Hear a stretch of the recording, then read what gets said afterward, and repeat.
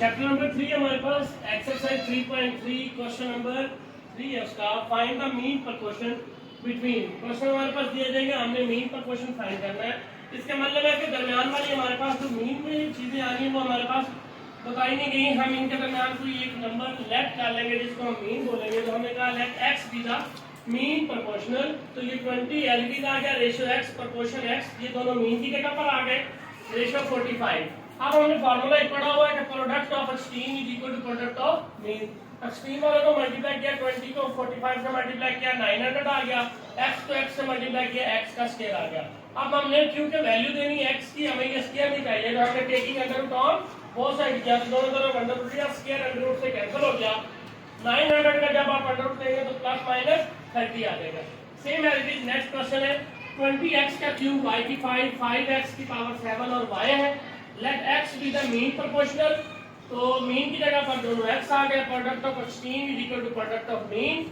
20x cube y 5 multiply 5x की power 7 y is equal to x multiply x। तो इनको multiply किया, ये आ जाएगा आपके पास 100, x की पावर 10 y की power 6 is equal to x square.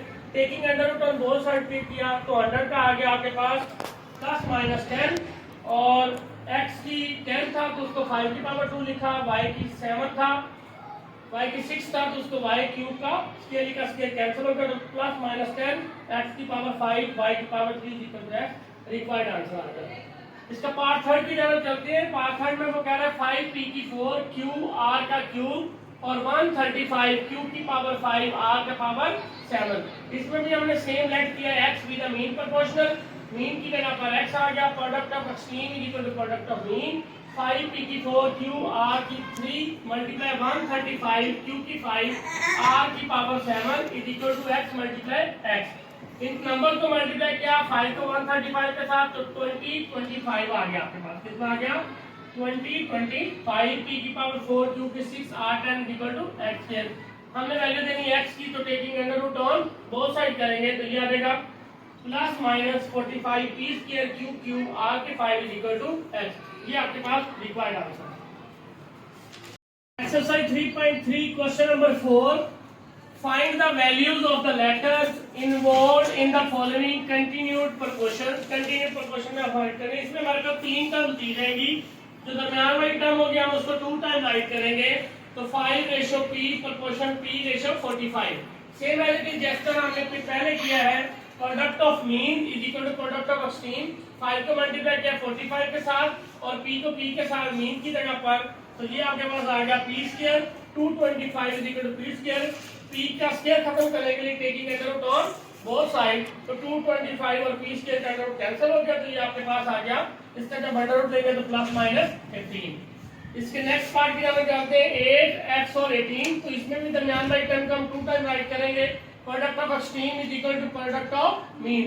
8 को मल्टीप्लाई किया बेटे 18 के साथ, तो x को x से किया तो ये 144 is equal to x square. x की वैल्यू निकालने के लिए, स्क्वायर खत्म करने के लिए taking under root on both sides, तो हमने under root 144 is equal to x का स्क्वायर, स्क्वायर अंडर रूट का रेसिप्रोकल होता है तो ये कैंसिल हो जाएगा, तो इसका अंडर रूट जब लिया तो ये आ गया plus minus 12 is equal to x। इसके थर्ड पार्ट की तरफ चलते हैं, जो इंपॉर्टेंट है, बोर्ड के वाले से भी थोड़ा सा कॉम्प्लिकेटेड है लेकिन है आसान। ये 12 और 3p माइनस 6 27। तो दरमियान वाली टर्म को 2 टाइम राइट करेंगे, product of extreme is equal to product of mean. 12 को मल्टीप्लाई करेंगे 27 के साथ, 3p माइनस 6 मल्टीप्लाई होगा 3p माइनस 6 के साथ। जब 12 को 27 से मल्टीप्लाई करेंगे तो 324 आपके पास आंसर आ जाएगा। और ये दोनों टर्म सेम है तो इसको होल का स्क्वायर लिखा। स्क्वायर खत्म करने के लिए taking under root on both side लिया, इसका अंडर रूट लिया, इसका भी अंडर रूट ले लिया, तो ये स्क्वायर के साथ अंडर रूट क्या हो गया कैंसिल हो गया, तो इसका अंडर रूट लिया तो plus minus 18 is equal to 3p minus 6। अब ये प्लस माइनस में है तो एक दफा इसको प्लस में लिख लिया और एक दफा इसको माइनस में लिख लिया। 18 इधर ही रहा, माइनस का 6 इधर आकर प्लस का 6, 3p एज इट इज आ गया। 18 में 6 ऐड किया 24 इक्वल टू 3p।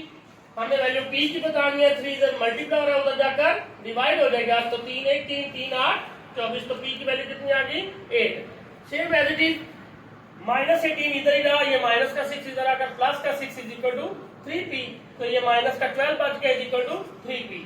3 इधर मल्टीप्लाई इधर आकर डिवाइड किया 3 4 12, तो ये आपके पास आ गया -4। ई की वैल्यू क्या आ गया आपके पास? -4। ये रिक्वायर्ड आंसर।